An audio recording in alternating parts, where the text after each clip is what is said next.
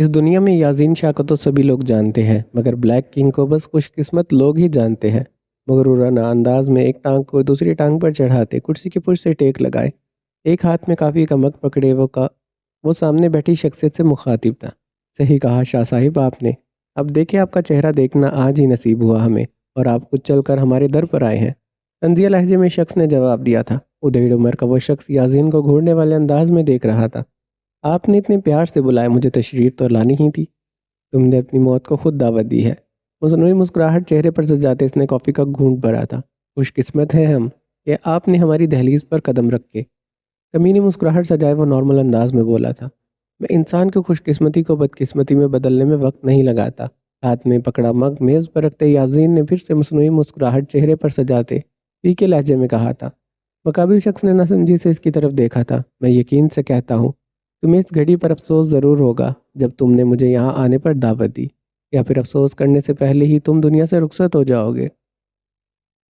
وہ پرسکون انداز میں بول رہا تھا، اس کے چہرے پر کوئی تاثر نہیں تھے۔ سامنے بیٹھے شخص نے حیرت سے اسے دیکھا اور ہاتھ کے اشارے سے وہاں موجود 2 گارڈز کو چوکنا رہنے کو کہا تھا۔ کرسی کی سے جھٹکے سے اٹھ کر اس نے اپنے پینٹ سے گن نکالتے 2 گولیاں سامنے موجود شخص کے سینے میں اتاری۔ اتنی ہلچل میں یہ کارروائی ہوئی کہ گارڈ کو سنبھلنے کا موقع بھی نہیں ملا۔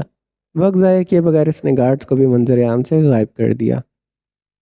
اشائم بابا بے ہوش کیسے ہو گئے؟ انہیں کیا ہوا ہے؟ اشما روتے ہوئے اس کے پاس آئی جو دروازے سے اپنے بابا کو دیکھ رہی تھی۔ اشما تم یہاں؟ ماما آپ بھی؟ مڑ کر اس نے ان دونوں کو دیکھا تھا۔ اشائم بتاؤ کیا ہوا ہے؟ شمالہ بیگم نے اس کے چہرے پر ہاتھ رکھ کر ٹینشن سے پوچھا تو اس نے افسوس سے نظر جھکا لی تھی۔ وہ کیسے بتاتا انہیں، وہ نہیں بتا سکتا تھا۔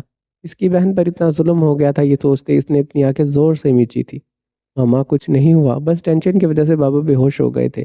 ڈاکٹر نے چیک کر لیا ہے، انہیں بس آرام کی ضرورت ہے۔ اس نے اپنی ماما کے گلے لگتے انہیں دلاسا دینا چاہا۔ ماما آپ کی طبیعت خود نہیں ٹھیک، آپ کیوں آ گئی ہیں؟ آپ کو کس نے بتایا؟ ان سے الگ ہو کر اشائم نے ایک نظر اشما کی طرف دیکھا۔ جب مجھے میرے اپنے کچھ نہیں بتائیں گے تو مجھے باہر والوں سے ہی پتہ چلے گا، ناراضگی سے منہ بسورتے انہوں نے کہا تھا۔ ملازم نے بتایا تھا آپ بابا کو لے کر ہسپتال گئے ہیں تو ہم بھی جلدی سے آ گئے، جواب اشما نے دیا تھا۔ ماما آپ بھی ایک دفعہ چیک اپ کروا لیں، آپ کی طبیعت بھی ٹھیک نہیں معلوم ہو رہی۔ نہیں بیٹا میں بالکل ٹھیک ہوں۔ انہوں نے انکار کرنا چاہا مگر اشائمی نے زبردستی اندر کی جانب لے گیا۔ وہ نہیں چاہتا تھا ڈاکٹر باہر آئے اور ان سب کے سامنے سارا معاملہ بتائیں۔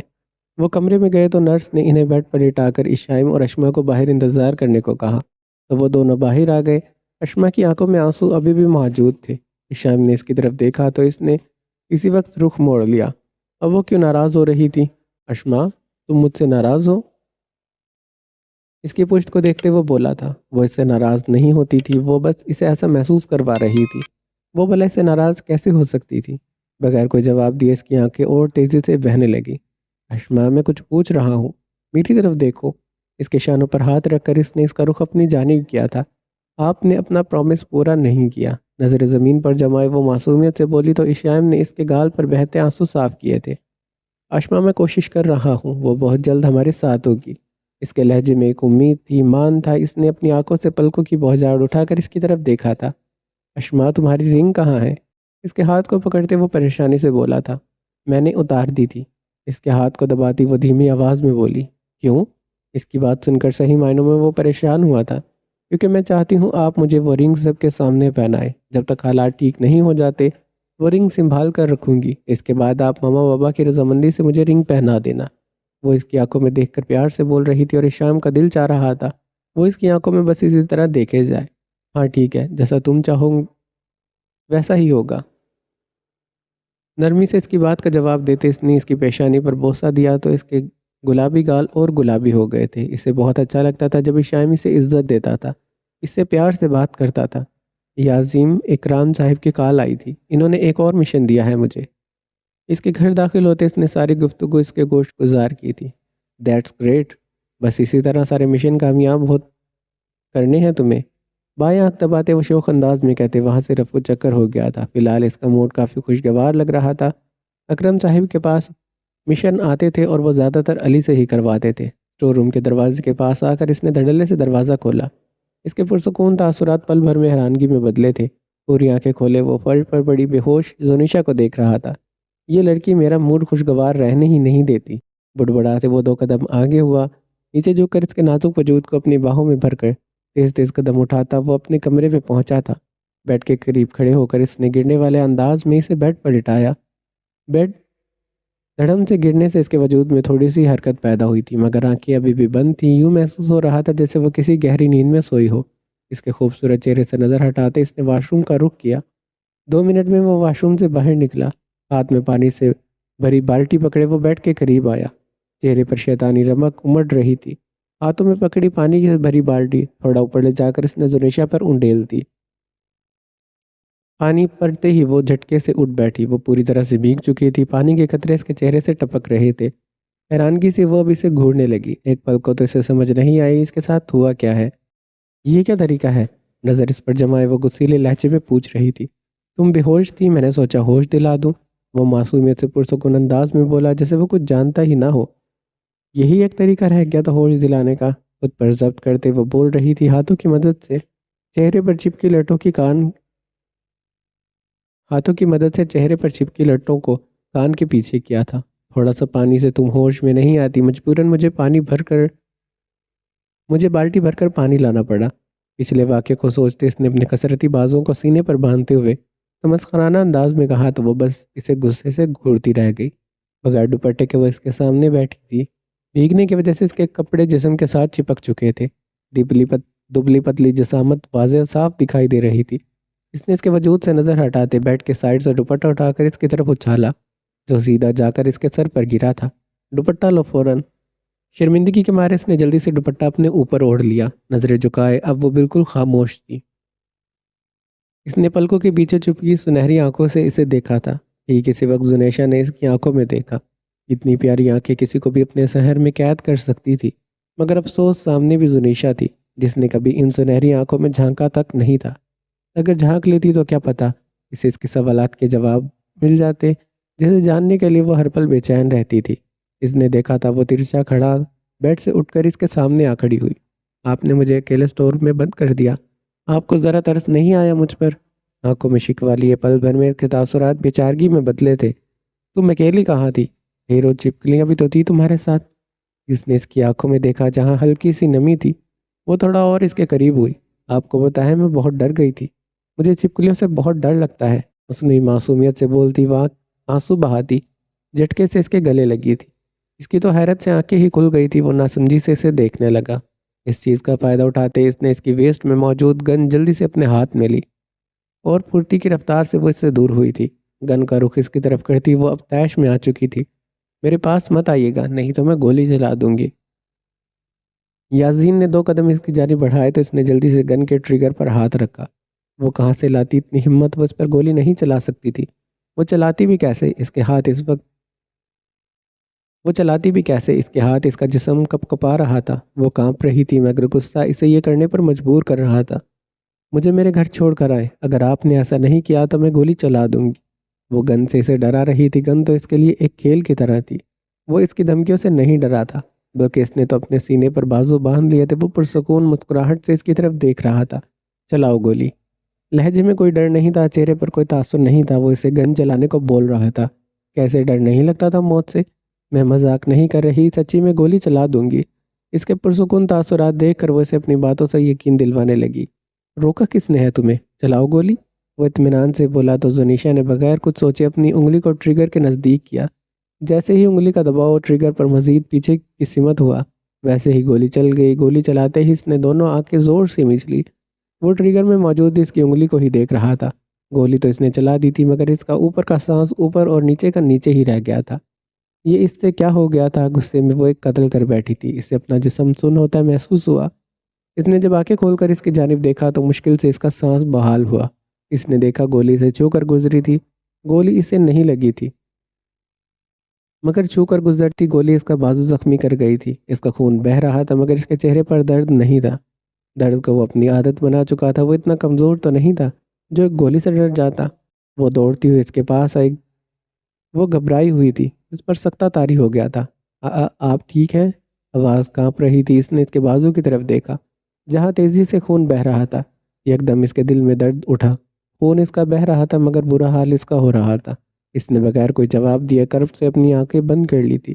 اس نے اس کے بازو پر اپنا ہاتھ رکھا۔ تیزی سے بہتا خون اس کا ہاتھ خون آلودہ کر گیا تھا۔ اس کی آنکھوں میں آنسو آنے لگے، وہ دل میں ہی خود کو ملامت کرنے لگی۔ آپ کا اتنا خون بہہ رہا ہے۔ وہ تکلیف سے اس کی طرف دیکھ کر بول رہی تھی، مگر وہ سن ہی کہہ رہا تھا۔ اس نے اپنے بازو کو زور سے جھٹکتے اس کا ہاتھ پیچھے کیا تھا۔ آپ یہاں بیٹھے، میں بینڈیج لے کر آتی ہوں۔ اسے دوسرے بازو سے پکڑ کر بیڈ پر بٹھاتی وہ بھاگتی ہوئی ڈرائر سے اسے بینڈیج لے کر آئی۔ بنا احتجاج کیے وہ بیڈ پر بیٹھ گیا۔ کرسی کھینچ کر اس کے پاس بیٹھتے اس نے شرٹ کے بٹن کھولے تو اس نے چونک کر اس کی طرف دیکھا تھا۔ دور رہو مجھ سے۔ بٹن کھولتے اس کے ہاتھ پر ہاتھ رکھتے اس نے اپنی تیش بھری نگاہوں سے اسے دیکھا تھا۔ یاسین، آپ کے بازو سے خون بہہ رہا ہے۔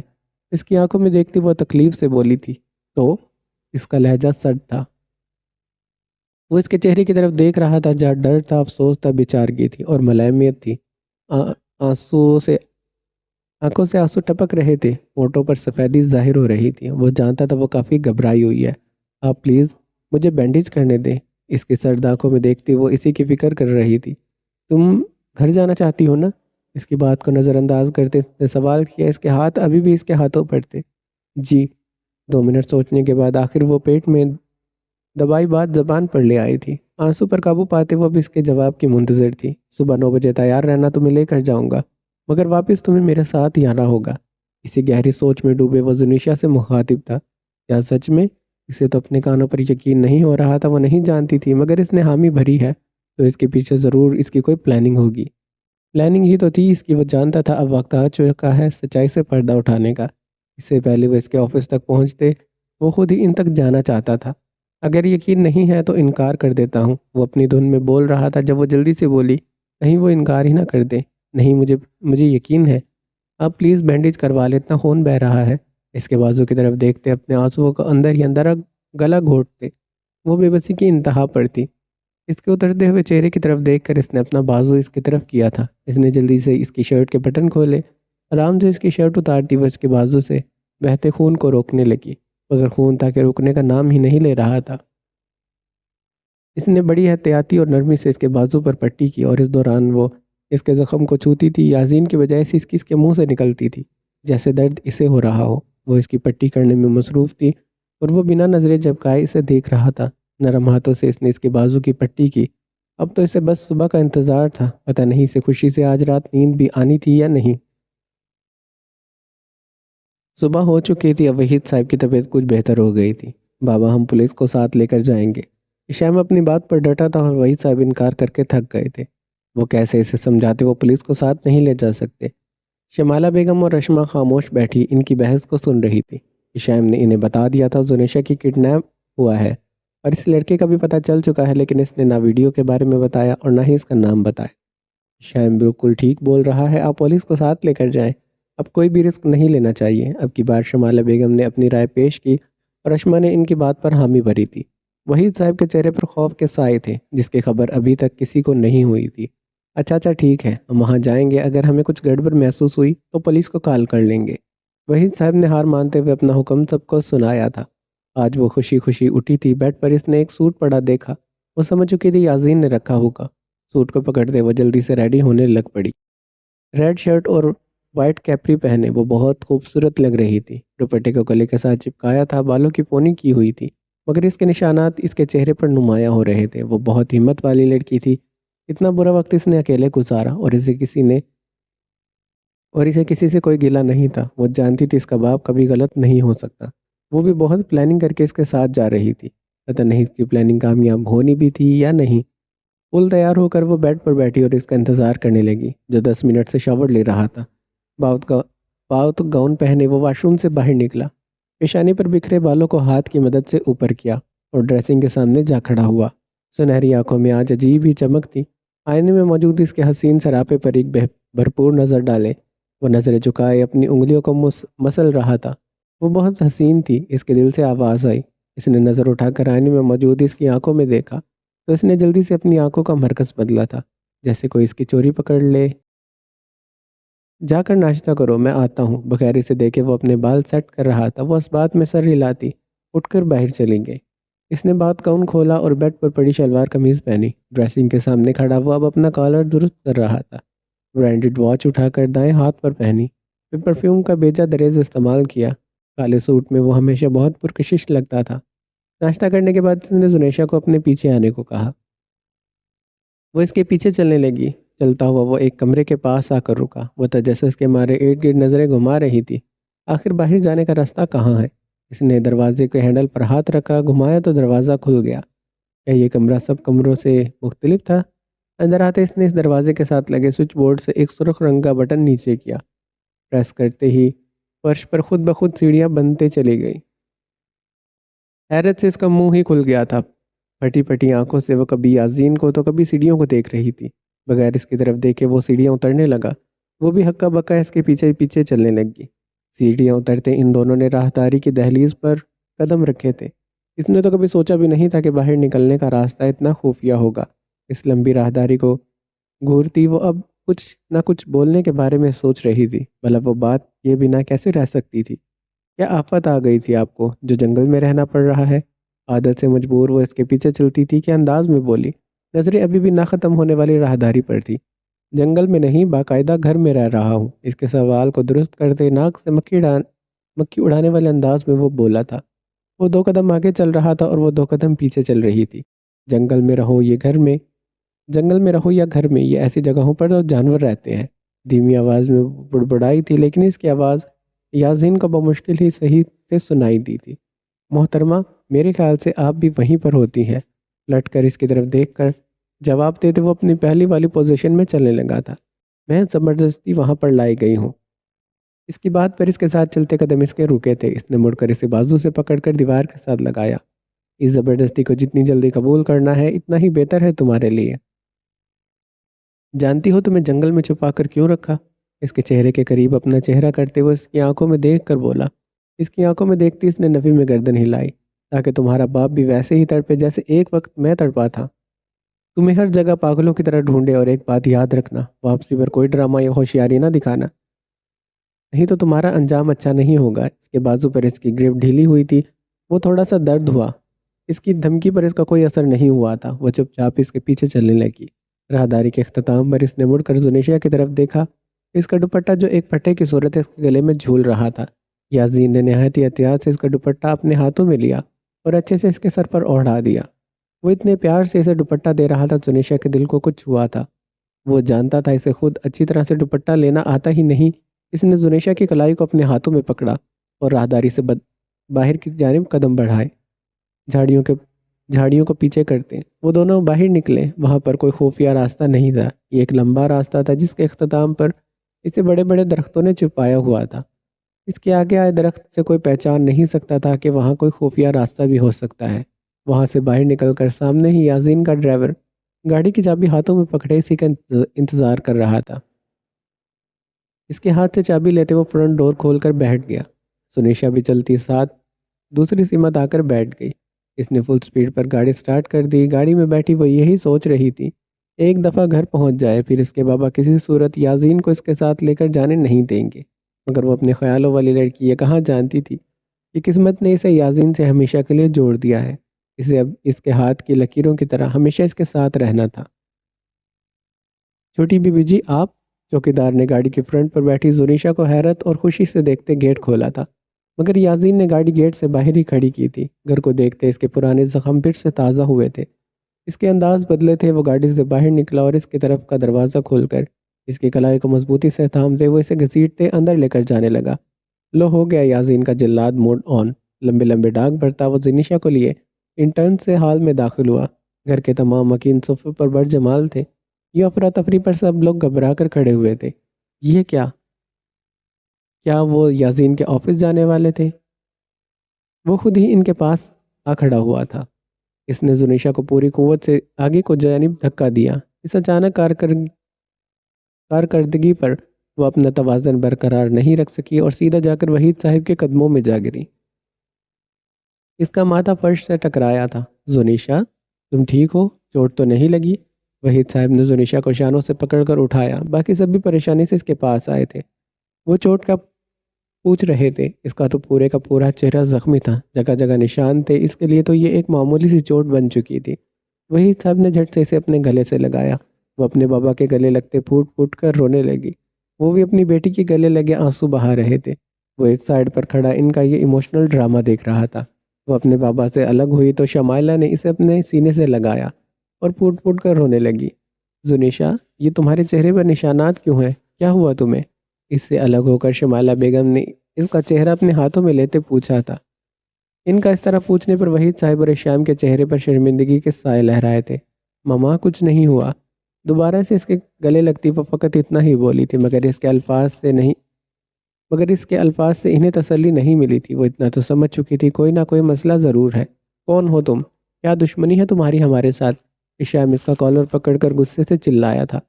میرا تعارف نہیں کروائیں گے؟ اس کے ہاتھ کو پیچھے جھٹکتے وہ وحید صاحب سے مخاطب ہوا تھا۔ اس کے بولنے کی دیر تھی، سب نے ناسمجھی سے رخ موڑ کر وحید صاحب کی طرف دیکھا، جیسے کہنا چاہتے ہوں آپ کیوں اس کا تعارف کروائیں گے؟ سب کی نظریں خود پر محسوس کرتے وہ اور زیادہ شرمندہ ہوئے تھے۔ شرمندگی کے مارے ان کی نظریں جھک گئی تھی۔ پہچان تو چکے ہیں آپ مجھے، وہ بھی بہت اچھے سے۔ خاموش کیوں ہیں آپ؟ بتائیں سب کو کہ کس طرح کیا آپ نے میری ماں کا قتل۔ سب پر نظر ڈالتے وہ اپنی گمبھیر آواز میں بول رہا تھا۔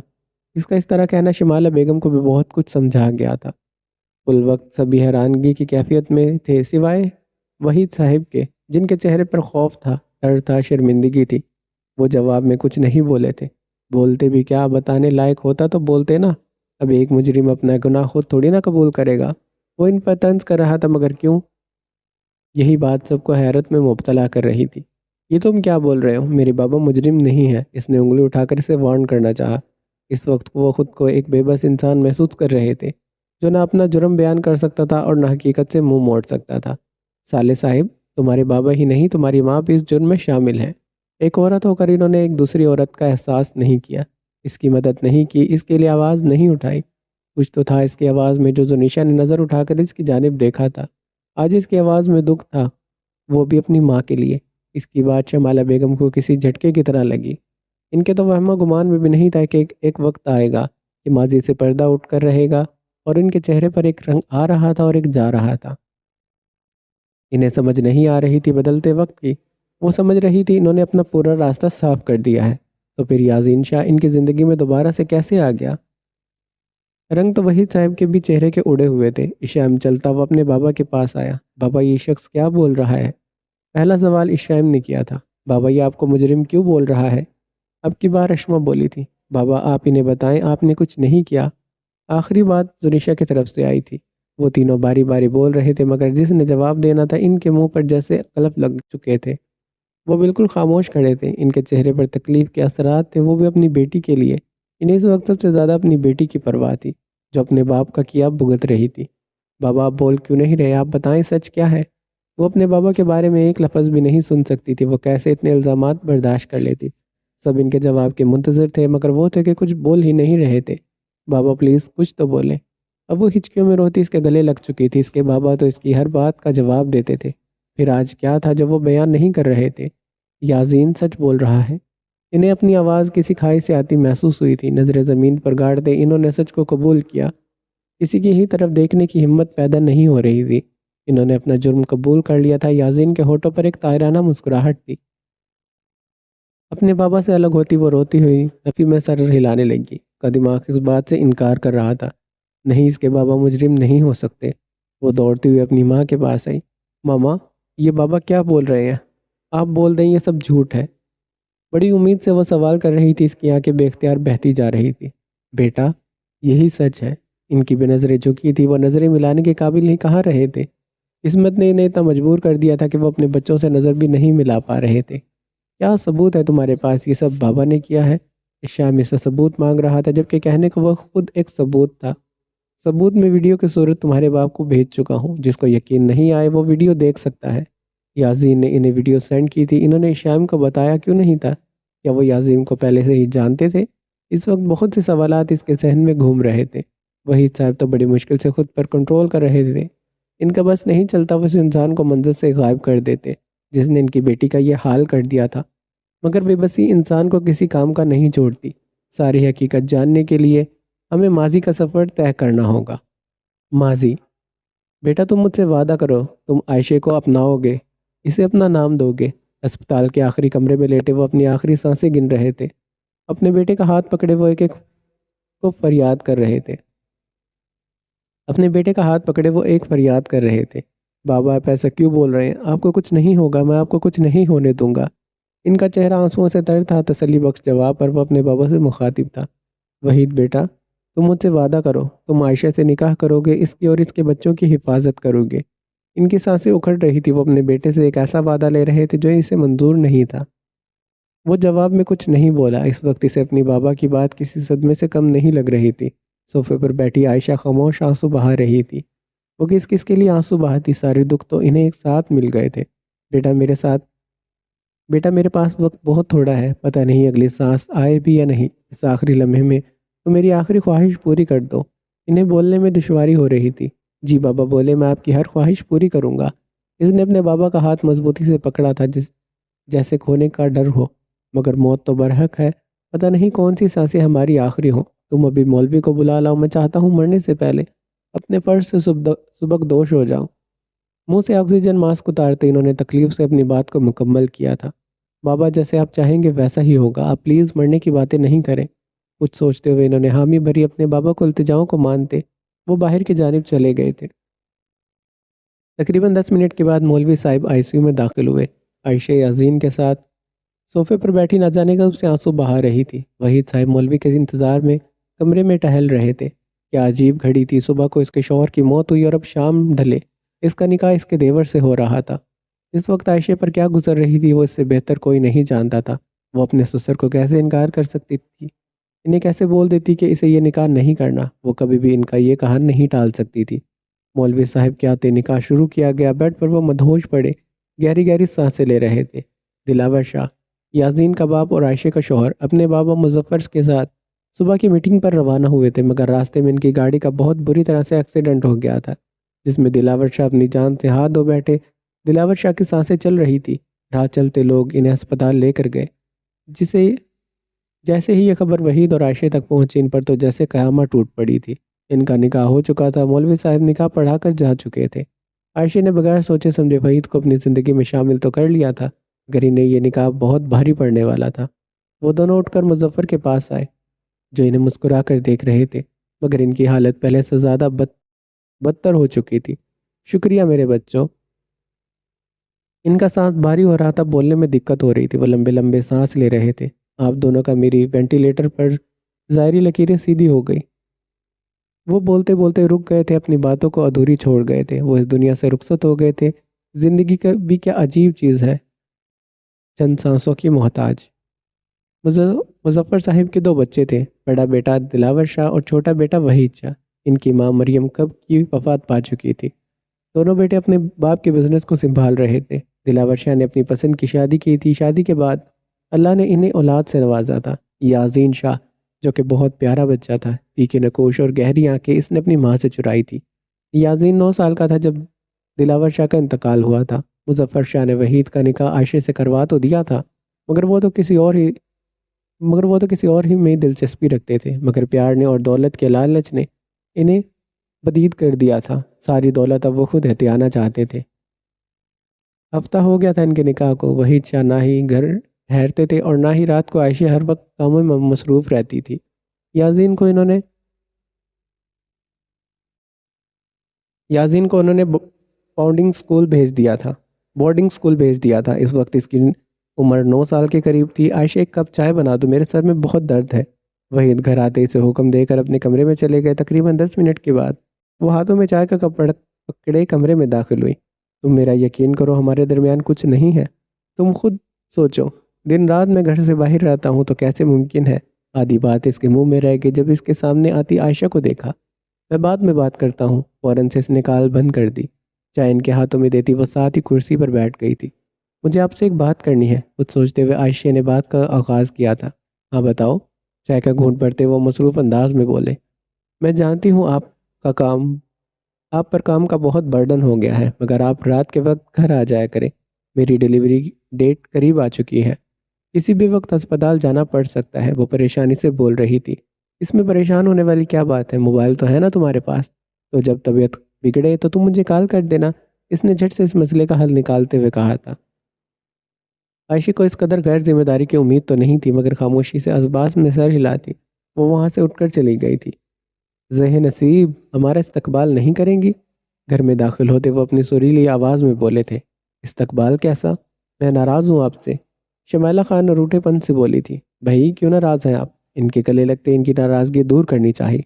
آپ جانتے ہیں سب کچھ؟ دور ہو کر انہوں نے مزید ناراضگی ظاہر کی تھی۔ جب سے نکاح ہوا ہے میں نے ساری راتیں تو آپ کے ساتھ گزاری ہیں، مجھے نہیں لگتا اب بھی کوئی ناراضگی ہونی چاہیے۔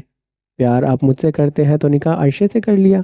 گلاس میں پانی انڈیلتی وہ منہ بسور کر بولی تھی، پھر پانی سے بھرا گلاس ان کی طرف بڑھایا تھا۔ فکر نہ کرو، نکاح بھی آپ سے ہی کروں گا۔ انہوں نے گلاس پکڑا اور پانی پیا۔ اچھا تو آپ دو بیویاں رکھنا چاہتے ہیں؟ اب روچکا کر وہ انہیں گھورنے لگی تو جواباً وہ مسکرائے تھے، آپ ہنس رہے ہیں، مطلب ایسا ہی کریں گے؟ ساتھ ہی کرسی پر بیٹھی وہ سوالے نگاہوں سے انہیں دیکھ رہی تھی۔ میری جان اپنے ننھے سے دماغ پر زیادہ زور نہ ڈالو، ایسا کچھ نہیں ہوگا۔ ان کے شانے پر ہاتھ رکھ کر وہ اطمینان سے بولے تو وہ ہلکا سا مسکرائی تھی۔ جلدی گھر آ جائیں، مجھے بہت درد ہو رہی ہے۔ وحید سے کال پر بات کرتے وہ درد سے تڑپ رہی تھی۔ میں ابھی آتا ہوں، دوسری جانب اجلت میں کہا گیا۔ کال بند کرتے وہ پیٹ پر ہاتھ رکھ کر درد سے کراہ رہی تھی۔ وہ جیسے ہی گھر آئے عائشہ کو لے کر ہسپتال روانہ ہو گئے۔